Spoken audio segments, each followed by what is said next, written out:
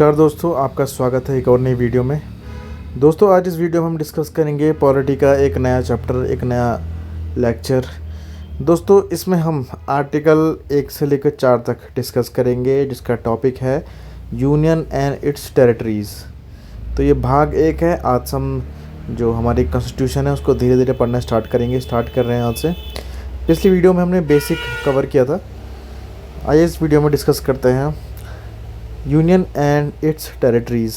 भाग 1 आर्टिकल 1 से लेकर 4 तक आते हैं इसमें, जिसमें आर्टिकल 1 है भारत राज्यों का संघ है, यूनियन ऑफ स्टेट्स। आर्टिकल 1 कहता है स्टेट्स, इसके अंदर आते हैं स्टेट्स आते हैं, यूनियन टेरिटरीज़ आती है, और अधिग्रहित कैप्चर, जो हमने कैप्चर किया है या एक्वायर किया है जो क्षेत्र, वो सब किसके अंदर आता है? आर्टिकल 1 के अंदर आता है। भारत का क्षेत्र कितना है, क्या है, ये डिस्क्राइब करता है आर्टिकल 1। आर्टिकल 2 है कोई राज्य ऐड कर सकते हैं, हम कोई भी राज्य ऐड कर सकते हैं आर्टिकल 2 में, जो एग्जिस्टिंग राज्यों से लेना देना ना हो। मतलब अभी जो राज्य हैं उनको तोड़ या फोड़ कर हम नए राज्य इसमें नहीं है बना सकते हैं। लेकिन आर्टिकल 2 ये नहीं कहता कि एक नए राज्य बना सकते हैं, लेकिन जो वर्तमान में राज्य है उनसे अलग होकर एक राज्य नहीं बना सकते। हमको आर्टिकल 2 के अंदर एक अलग सा राज्य बनाना होगा। कैसे? जैसे सिक्किम है। सिक्किम जो है पहले भारत का पार्ट नहीं था, लेकिन बाद में वो भारत में क्या विलय हो गया। तो आर्टिकल 2 के अकॉर्डिंग वो भारत में विलय हुआ। तो 36वां संविधान संशोधन 1975 के तहत सिक्किम को भारत में ऐड किया गया। श्रीलंका को अगर कल को हम ऐड करेंगे, माना श्रीलंका को कल को हमने एक्वायर कर दिया या श्रीलंका पर कब्जा कर दिया हमने, तो हम आर्टिकल 2 के तहत ही भारत का हिस्सा बनाएंगे उसको, क्योंकि आर्टिकल 2 हमें क्या कहता है, इस बात की इजाज़त देता है। ये अधिकार जो है संसद के पास है। तो इसमें बिल करना होगा उनके पास, पहले लोकसभा में पास होगा, फिर राज्यसभा में, फिर राष्ट्रपति के पास जाएगा। और यह अधिवेशन किस में दिया? आर्टिकल 79 में यह अधिकार दिया हमें, आर्टिकल 79 के अंतर्गत, कि भारत किसी और अधिकृत किया हुआ को अपने अंतर्गत वो कर सकता है, एक्वायर कर सकता है, अपने देश में जोड़ सकता है। सिक्किम हमारा 22वां स्टेट बना था उस टाइम पे, कब? 1975 पे 36वां संविधान संशोधन।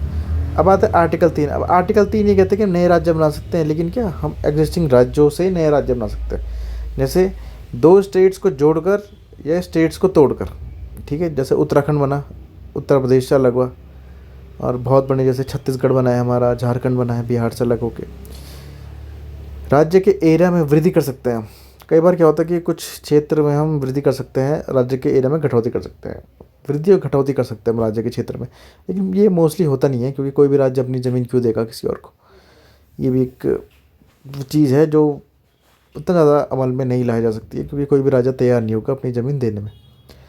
राज्य की सीमा में बदलाव कर सकते हैं, राज्य का नाम बदल सकते हैं, जो कि ऑब्वियसली कई बार बदला जा चुका है। जैसे उत्तराखंड का ही नाम पहले उत्तरांचल था, फिर उत्तराखंड किया गया। अब ये सब चीज़ें कैसे होंगी? इसमें 2 शर्तें हैं, 2 चीज़ों से हो सकता है सब कुछ पॉसिबल। ये विधेयक जो है राष्ट्रपति की पूर्व सिफारिश पर ही संसद में पेश किया जा सकता है। मतलब पहले से राष्ट्रपति सिफारिश करेंगे तभी ये विधेयक का संसद में पेश होगा। लेकिन संसद राष्ट्रपति की सिफारिश से पहले, before recommending the bill, the president has to refer the same to the state legislature concern for the expressing its views with in a specific period.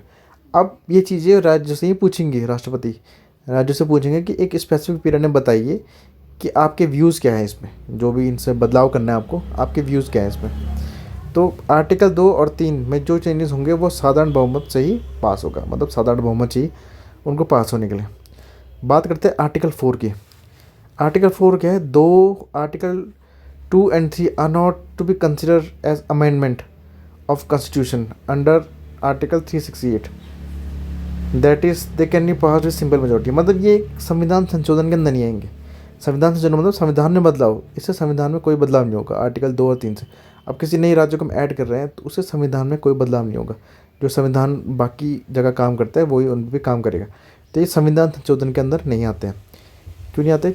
इनको हम जो है सिंपल मेजोरिटी से पास कर सकते हैं, इसलिए संविधान संशोधन के अंदर ये नहीं आते हैं। अब आता है स्टेट्स रिकॉग्नाइजेशन एक्ट। ये तो हो गया आर्टिकल 4 तक इम्पोर्टेंट। अब स्टेट्स, इसमें सब कुछ स्टेट्स का ही है। स्टेट्स कैसे बटे? पहले तो भारत के स्टेट्स इतने बने हैं, कैसे बने हैं? क्या भाषा के आधार पर बने थे? नहीं, पहले भाषा के आधार पर नहीं थे। अब तो भाषा के आधार पर बने नहीं बने, इसकी पूरी एक स्टोरी है। बहुत सारे जो है कमीशन बने इसके लिए कि डिसाइड करने के लिए कि स्टेट्स हम बनाएं कैसे। सबसे पहले धार कमीशन बनी 1948 में। इसके 3 मेंबर थे।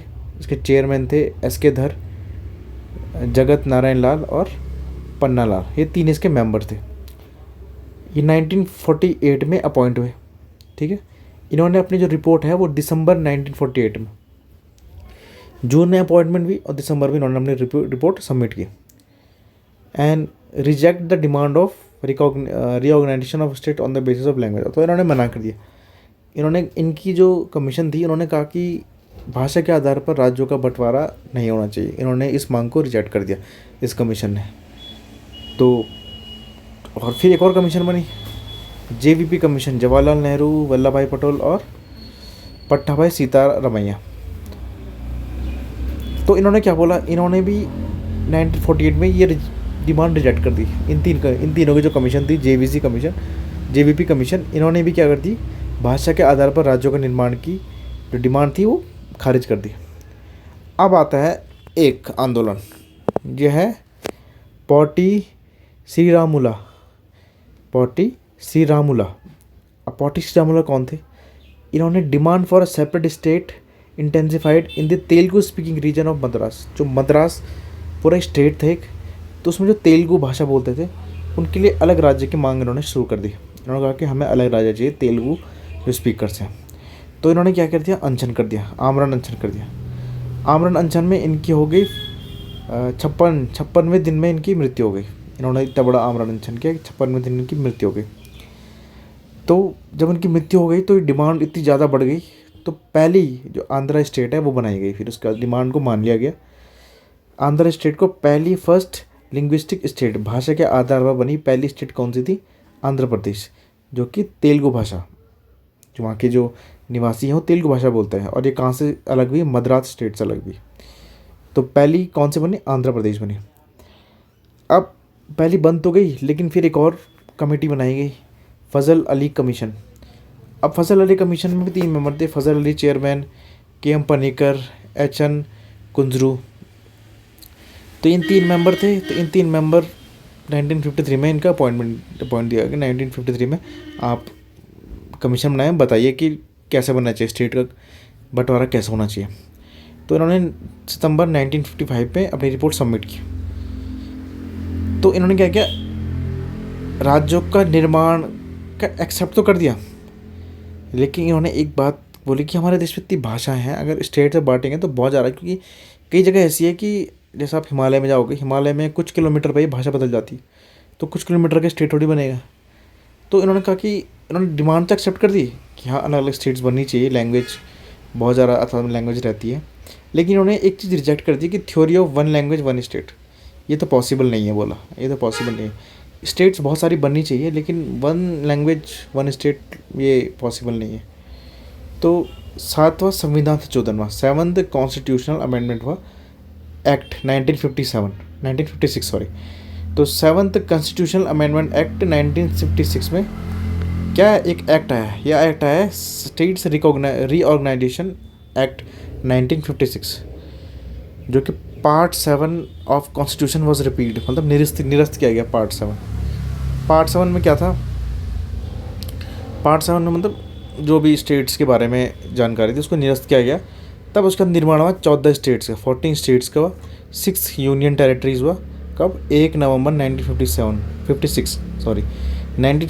में 14 states and 16 union territories were created 1956 में। तो 14 स्टेट्स कौन कौन सी थी? पहली हो आंध्र प्रदेश, ऑफ कोर्स, जो पहली भाषा के आधार पर बनी जो स्टेट थी। असम, बिहार, बॉम्बे, जम्मू कश्मीर, केरला, मध्य प्रदेश, मद्रास, मैसूर, उड़ीसा, पंजाब, राजस्थान, वेस्ट बंगाल और यूपी। ये तो भी हमारे 14 स्टेट्स उस समय। अब आता है 6 यूनियन टेरिटरी कौन सी थी?